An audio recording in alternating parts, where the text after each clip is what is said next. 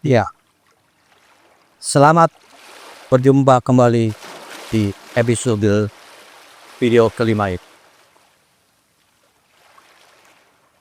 Saya akan semacam mengomentari lah dari apa yang selama ini disuarakan oleh banyak orang bahwa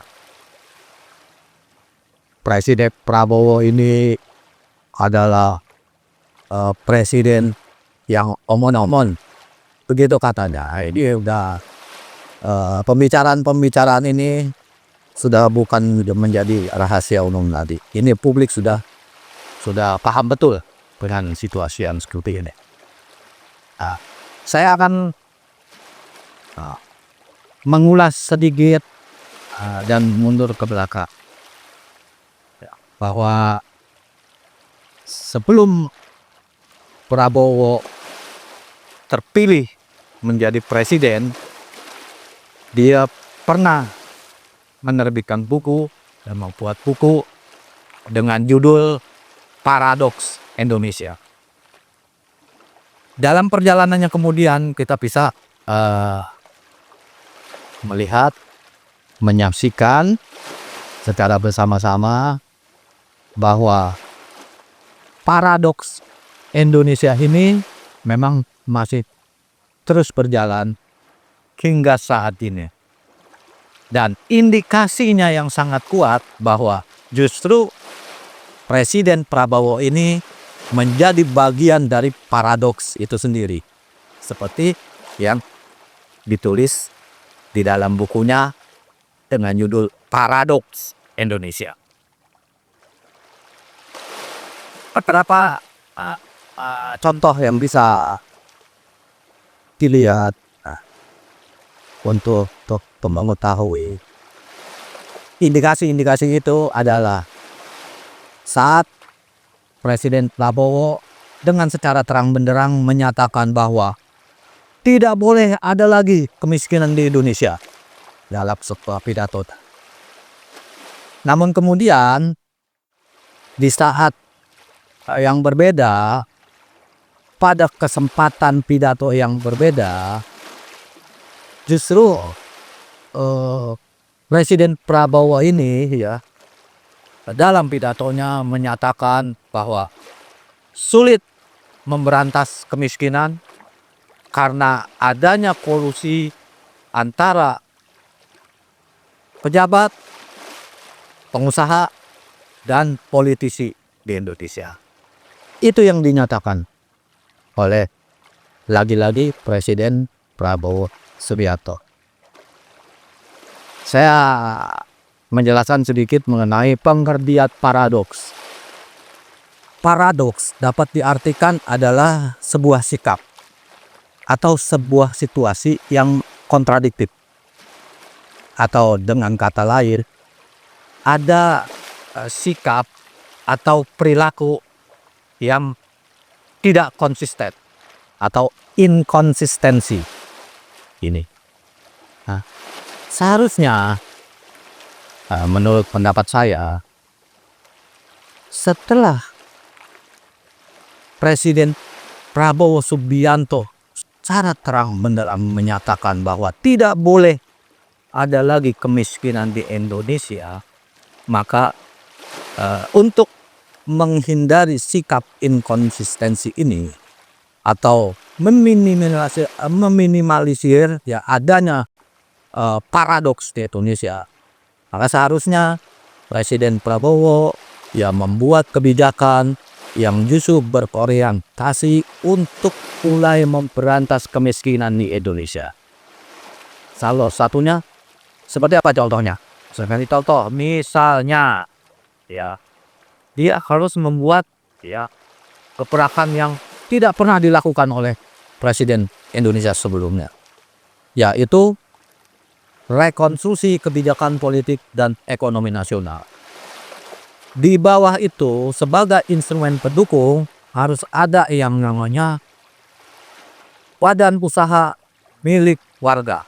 Nah, ini adalah sebagai sebuah antitesis terhadap sistem ekonomi nasional yang sekarang ini masih bergantung pada kekuatan ekonomi oligarki.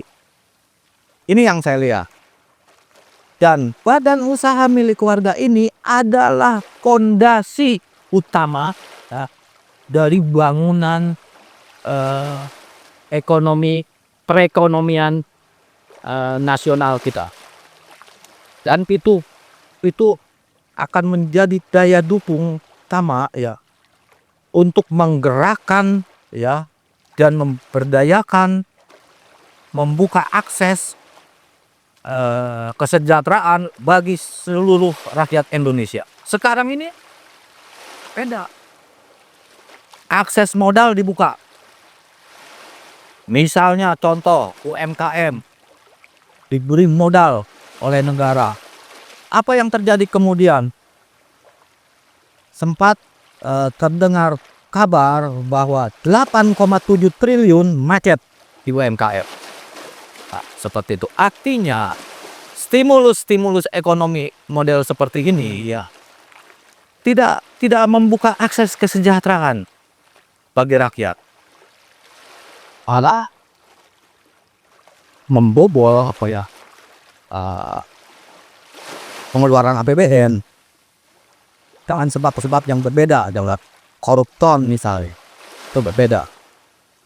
Tetapi tetap aja ini kebobolan di sektor APBN. Kemudian ya dari pergerakan badan usaha milik warga yang ada di setiap kelurahan-kelurahan yang ada di seluruh Indonesia, Indonesia akan mulai membangun ekosistem ketahanan ekonomi rakyat. Itulah mengapa kemudian badan usaha milik warga ini akan menjadi fondasi utama sebagai daya dukung kekuatan ekonomi nasional kita. Dan ini adalah sebuah antitesis dari adanya sistem ekonomi yang selama ini bergantung kepada kekuatan ekonomi oligarki. Saya pikir Presiden Prabowo harus mulai fokus orientasi politik ekonominya untuk mulai membangun kekuatan ekonomi rakyat ini secara real dan konkret. Apa yang nggak mungkin dilakukan oleh Presiden? Saya yakin Presiden Prabowo pasti bisa. Apa yang Presiden Prabowo bisa? Contoh, ini contoh lagi. Kemarin di video keempat saya udah jelaskan juga satu contoh